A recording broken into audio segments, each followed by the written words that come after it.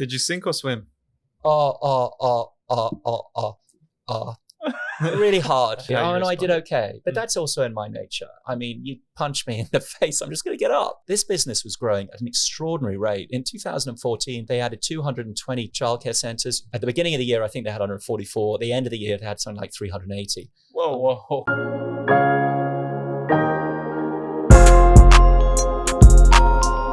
Thanks for joining us.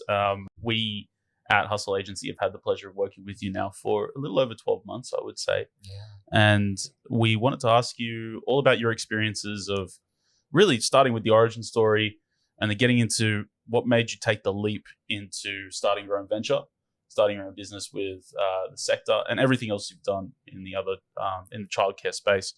So maybe we can start by just getting a little bit of a background of your career, where you started and how you came to Australia and so on. Yep. So I sit here now on the Gold Coast. I'm married with 2 children, and I am the principal in several businesses, which are at different stages of their life. I was born in Hong Kong. I was educated in the UK. After I finished school, I went to university in the UK. I embarked on a career in investment banking. I managed to last in that for maybe 10 years. I was made redundant. I became a teacher. I quite enjoyed that, but I found it pretty stressful. So as all investment banking people do, I went back to investment banking. And then I found myself working at a hedge fund in Singapore. It was a small hedge fund. And it was pretty interesting, and it opened me up to the idea of owning a business. Yeah. When you work in the financial markets, all you do is buy and sell invisible things for invisible people. Yep. You don't really understand what it's like to build something. You are trading in something that someone else has built. Yep. And I didn't like that. But I didn't know what to do with that, but I didn't like it. Was that a moment of realization, let's say, Yeah. where you were like, I don't like this, or Yeah. as you were doing it, something felt wrong? What was that moment of I knew it for inspiration? years. That's why I left it in the first place, to go and become a teacher, because I felt there was more. Yep, there was more. I wanted more. Yep. What did you teach? Financial stuff. Corporate finance, derivatives, securities. At school or at uni or? Yeah, one of these training colleges. Right. It was called BPP. They're quite large now. NAPLAN or Kaplan is another one. And I was basically teaching adults who were interested in finance. And I was pretty good at it. I'm quite a good communicator, and I kind of knew my topic. But after a year and a half or whatever of doing that, it just, it's just exhausting, actually. Trying to teach things to people who don't want to be taught something is just brutal. Yep. So that's when I went back to the capital markets, and I ended up going on what we call the buy side as opposed to the sell side. Yep. The buy side is when you're investing money. On the sell side, you're helping people invest money. It's a different movement. But anyway, the principal of that business wanted to set up in Singapore. I raised my hand, bit of an adventure. I don't know what I was, 38, 39 years old. I ended up in Singapore. And then in Singapore, that was really interesting 4 years of my life, because it forced me to become quite independent. I had no family around me. I had to be a grown-up, And then lo and behold, the principal of that business wanted to move back to the UK. I didn't. And out of an extraordinary set of coincidences, I ended up meeting the managing director and founder of G8 Education, which at the time was quite a small business, but had big ambitions.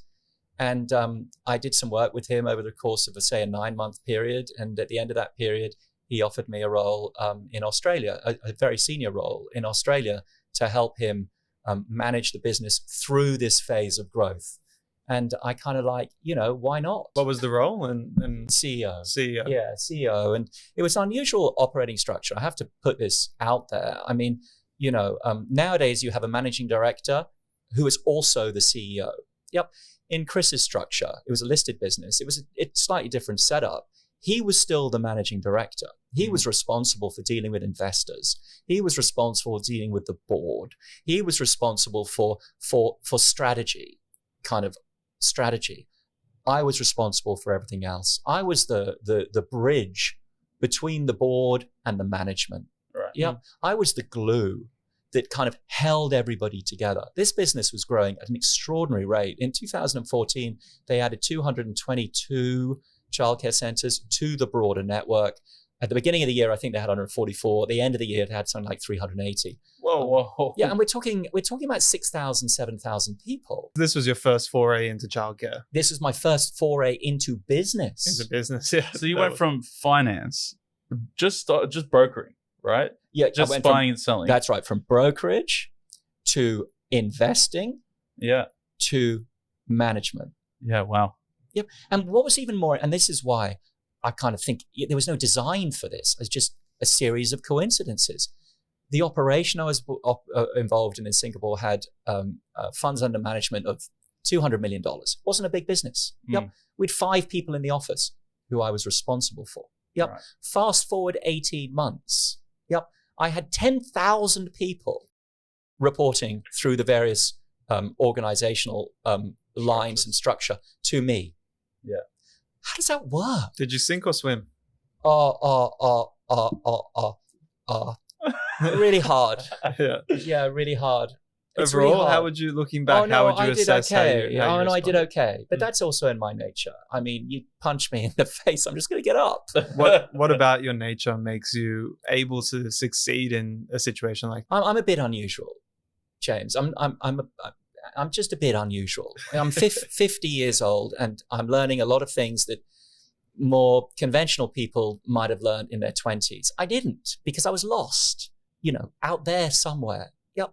So I was a bit of a late starter. But the point is, what I've come to understand about myself is that I am a bit of a survivor. Yep. So there's something inside of me that always gets up. Yep. That always keeps going. And I don't know what is underneath that. We talked about it earlier. Is it fear of failure? Fear of people judging me? Fear of letting people down? It's most likely fear-based. And I suspect when I was dropped into the position at G8 with the responsibility that came with it, it was literally sink or swim. Yep. And this thing that's inside me that I'm not going to give up and I'm just going to keep going just kept me going. How much do you think that survivor mentality is a non-negotiable prerequisite to being successful as an entrepreneur or a business owner? I think it's really important. So let's fast forward. I founded the sector, which has become a very important part of the early childhood education care ecosystem. It is a source of information. It is a source of recognition. It is a source of inspiration. It is a source of credibility for all of the people that work in our sector. What we do is for the sector. Yep. But building a business, building an audience, building a reputation, building a model, yep, is not easy. I don't think we'd seen in Australia such a niche publication become a profitable business in as short a time as you have achieved that. I think it's a testament to all the things you've just said already, but also the relationship that we've had and what I've seen from your capability. But why did you choose such a very direct niche with a product and service offering that would be quite hard to monetize? That's right. And it is hard to monetize. So we'd be getting ahead of ourselves if we said it was profitable. It takes time. And this is a survivor mentality. I'm not going to give up. I believe in what I do. I love what I do. And I'm just going to keep going. I'm just going to keep going. And I know in my heart that it's the right action. And eventually it's going to work. Yep. Yeah. And along the way, we're going to help tons of people. Where did the source of inspiration come from for this? That's right. So let's get back to that. The why. Yep. So I left G8. Yep. And, I had a wife and 2 kids and young. And I had 2 big questions that I had to ask myself is A, was I going to go back to the UK? The second piece of the jigsaw was, okay, if I don't go back to the UK, will I go and work for another big company? Yep. And after a little bit of time, the answer to both of those questions were no and no. All right, brilliant. Okay, they're done. We're staying. So what am I going to do? So I set up a little consultancy business, as people do, consultancy. I've got a bit of knowledge, and I've got a bit of a network. I might be able to help people. Yep. And I helped people, but I didn't didn't help enough people to be able to put bread on the table. Do you think that was because the niche is too tight? For the consulting side of things, Yeah, I think that as well, but also my personality as well. Right. Is that I'm not a great monetizer. I'm more of a giver than a taker. Right. Yep. Service-based business is hard as well to really make significant revenue because you're just strapped by the amount of time that you have. Absolutely. Just to add flavor to that, we've gotten to a stage where I think we have significant enough revenues that it's a significant cash flow, right? And thankfully, right now, as we record this podcast, somebody in our team is making money. Hopefully the whole team, actually. In fact, the whole team should be billing out every hour. Now, we've had to do things to fix the way that we bill because a lot of agencies, a lot of service-based businesses like the recurring revenue, which is great when it's one person or great when it's two people, but it's not great when you've got a team of people doing all sorts of heterogeneous different activities that maybe take them longer than you would, and therefore the margin is completely cut out of it. So we've had to reinvent the wheel when it comes to our business. But the scalability factor is the biggest problem of service-based businesses. Absolutely. So you went from a consulting business that would have been, fee for service, hour by the hour, pretty much. It's all about me. Exactly. To building something that actually has scalability to it. But how did I get there? Yeah. That's the interesting one. And it's clear to me, it's a bit of a kind of Newtonian moment. When I was at G8, I was in the middle of it all. I had information coming in from scores of different avenues and channels. I knew what was going on before the broader sector knew what was going on. Yep. When I was outside of G8, I realized very quickly that the quality of information at my disposal to make decisions and advise people on wasn't available. And the second point is there was almost a kind of sense of warfare in our sector, in the sense that we had a very vocal contingent on the not-for-profit side and another less vocal but still very visible contingent on the for-profit side. Yep. And platforms like Twitter and Facebook were almost being weaponized to enable these two tribes to just score points against each other. Yeah. I hate that. And I wanted to try and do my part to A, fill the information gap, B, give the sector something to be proud of, and to resort to, and C, to try and find the middle of that Venn diagram, find the commonalities between the two tribes, and in so doing, try and eliminate the kind of them and us mentality. Really important. So out of those realizations, I'm kind of like, well, this is it. I'm going to do it. Do you feel like you've achieved that with the sector? I think so. Yeah. I think you have too. I think the thing that also just want to give context for people watching the sector. I don't think we introduced it maybe properly. Yeah. But it's a publishing platform for the childcare industry, news, jobs, and more. So reports. I think it's really interesting that your perspective on where it kind of came from. And I wonder to myself, and what I feel like makes it successful is that you started from a very kind of purist perspective in creating a community. Yeah. You were creating for the community and in turn have created a community in an industry that doesn't really have one. Yeah, that's right. Yeah, there were other platforms. Right. I mean, we saw some in our analyses early on, but they weren't what the sector is or is trying to be. So it seems to me that you satisfied a consumer need, a genuine gap in the market. I think so, and we've built a substantial audience, and we've got I think we've got a tremendous reputation out there as being independent and balanced. But it doesn't end there, because you still got to pay the bills. And it's a really interesting one with digital publishing business, is this notion of what model do you pursue? So the model that I elected to pursue was an advertising funded model. That was the commercial model. I've got quite a significant audience. It is niche in nature. You've got a product that you'd like to inject or introduce to that audience. I'll help you do it. So you pay me X number of dollars for banner advertising or X number of dollars for native content or advertorials, basically. Brilliant. Now, the other option is to turn it into a subscription model. Yeah, and that's very possible. And of course, the trend back then was they were seeing more and more digital platforms becoming subscription based. Yeah. But I reflected long and hard about that, and I elected to go down the advertising commercial model route for one reason and one reason only. I wanted the content on our site to be available to everybody, regardless of where they worked, how much they earned, how qualified they were. Yep. And I felt that even though the content I feel and the way we aggregate it is worthy of a subscription, and I really feel that people would be prepared to pay a subscription, it still doesn't sit well with me that we would be charging people for information that ultimately will be helping them. Yep. And I stand by that. Now, that was the harder way. The easier, softer way would have been subscription model. Yeah. The harder way, undeniably, has been the non-subscription model, because it's meant that we've had to think outside of the box to try and quietly and unobtrusively, uninvasively monetize, what we do. Yep. And that's been really hard.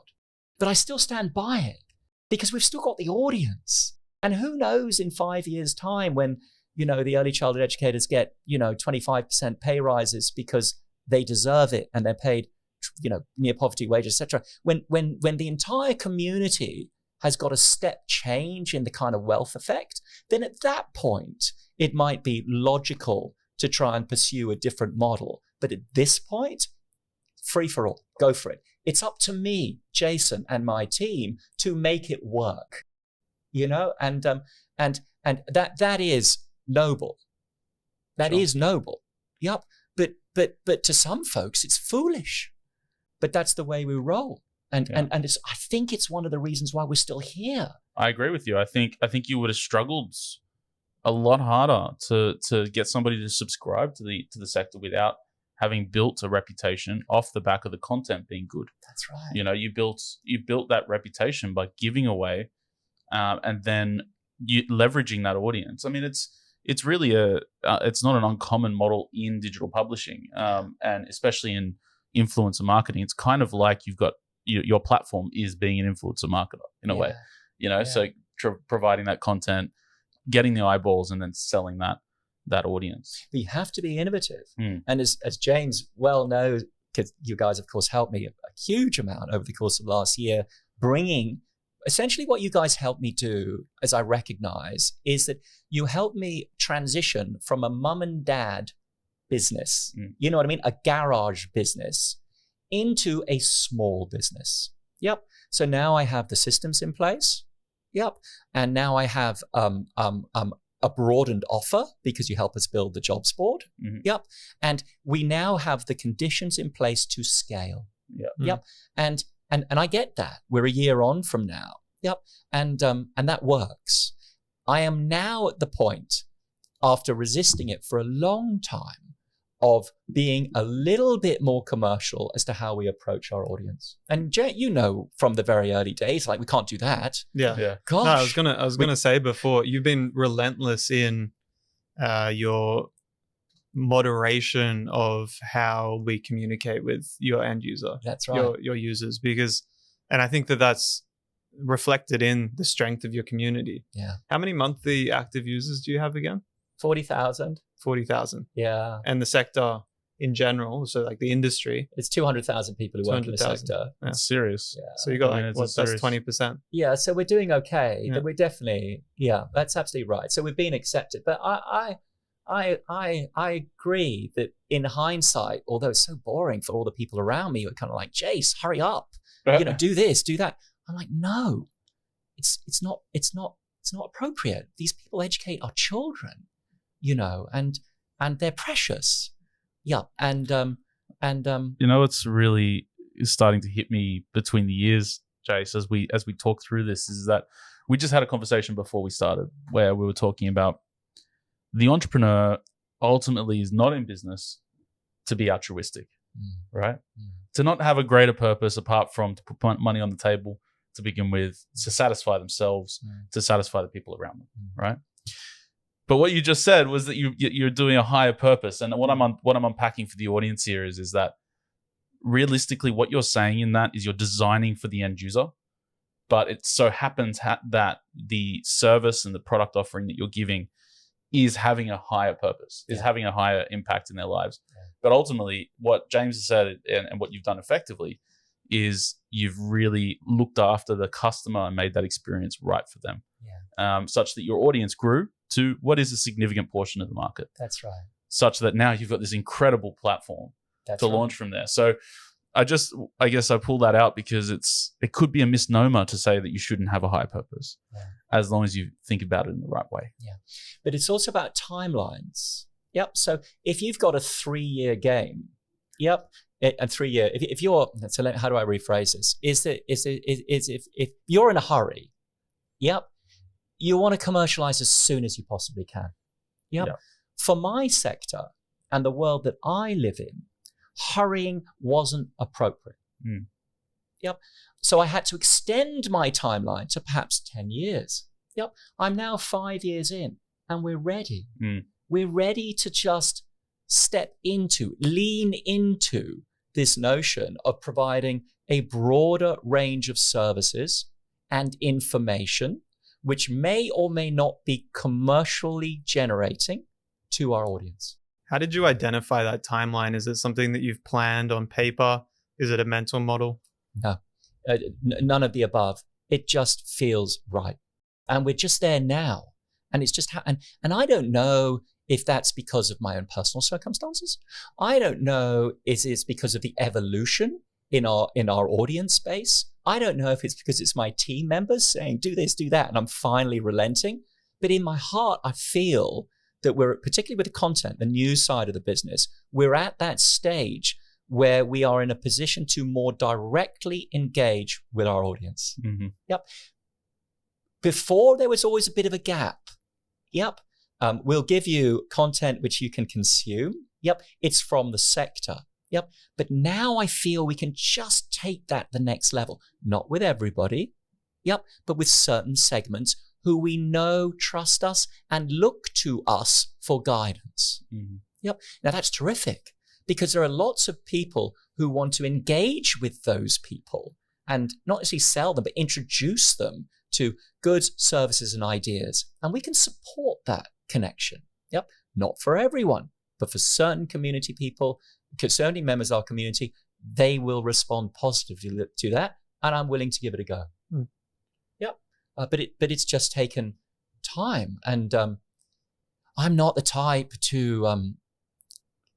Your father said it quite eloquently. It's about instinct, and if you see something, you just got to do it. You act now and ask questions later. That's my nature. I moved to Australia without even knowing where I was going. I mean, what's that all about? I've studied for 5 or 6 years. Anthony, 5 or 6 years too. And all the way through all of my studies is all about like tools, planning, strategy, all that kind of stuff. But every entrepreneur you ever speak to, like 95%, just follow your gut. That's right. Follow your gut, make decisions early, like good decisions, analyze, and just kind of pivot as necessary. That's right. I don't want to oversimplify it though. I mean, because I think we've had the incredible benefit of amazing education, right? We both went to the best university in the country, arguably, but which was, just for the audience, University of Sydney. We both have advanced degrees and master's degrees, right? But the thing that we continue to have to go back to is we follow our guts, but we have to allow ourselves to follow that instinct, fail, and pick ourselves back up. And we've done that time and time again. I mean, for the last 10 years, I've been doing that for a long time, and I've made some really good wins and I've made some really bad mistakes, but the thing that is missing from the education piece is they don't tell you to follow your gut. They say, follow the book. But the education makes sure that your instinct is stronger and more well thought out. For sure. And I think you're able to synthesize a lot more information if you do have the education. I see the difference between somebody who has not been tertiary educated, we've employed a lot of people. Yeah. You know, the people that are not tertiary educated oftentimes take a little bit longer to get to the level that somebody that is tertiary educated gets to in that shorter period. Yeah. And then the entrepreneurial piece is just applying a completely different mindset and a completely different proclivity for risk, and also maybe overconfidence and overzealousness and being like, no, I know, I'm going to give it a go. There's so many things, so many elements in all of that. I think I don't want to oversimplify the go with your gut, because you do need to have foundational knowledge in order for that gut feeling to be right. That's right. I agree with that. You're spot on, Anthony. And you also have to have a set of personal qualities, that enable you to pursue that gut instinct, to be able to listen to it. Yeah, that's right. Because we got voices we've got loads of voices going on, but that one voice that you hear, that talks about the idea that you pursue. So there's a lot going on there, and I'm a bit older than you guys, and maybe I'm a little bit more kind of fatalistic or universalistic than you guys are, simply because I've got 20 years on you. But I really believe where I am now is less to do with my ability and more to do with just coincidence isn't the right word. I don't know what the right word is, but just encountering circumstances which present avenues and making a choice to go down that avenue. Not because the other avenue isn't an option, but just because that's the right avenue. It's mysterious. It's time spent as well, right? Like, Anthony, we've spoken about this before. It's like time spent in business, like doing the work that you've done and the paths that you've trodden, the people that you've met has led you to where you are. Yeah. You know, it's like it's not fortune, it's kind of circumstantial in the sense that you've put in the work, and in return there's positives that come out of that. I think it's the fortune created by the steps taken that push you beyond the everyday. Maybe. Yeah. I think like you look at people that are, and this is not saying that this is a bad thing, but if you're watching and listening to this, you're entrepreneurial, right? You look at the difference between the career trajectories of people that stay in a job working for somebody. Yeah. The amount of doors that open are the one that is opened by the manager ahead of you. Yeah. Versus the doors that we open every day and that you've opened every day working in your business. Yeah. Just literally this week, in the last 7 days, I should say, we've opened a number of doors to new businesses. In fact, yesterday I had a conversation with a client that we've had for the last 6 years that gave me access to some data that is super insightful, that I know I would not have if I wasn't in business and I didn't serve that person. Yeah. And I also didn't connect with that person and be at his beck and call to a certain extent to help him grow his business. If I didn't start that conversation 6 years ago, there's no way I would have gotten the data that is going to help us with our next venture. Yeah. You know, so True. So there must be there's a degree of I think a key quality, there's a degree of openness that is required in order to succeed, I think, in business and possibly life, is that you've just got to be open.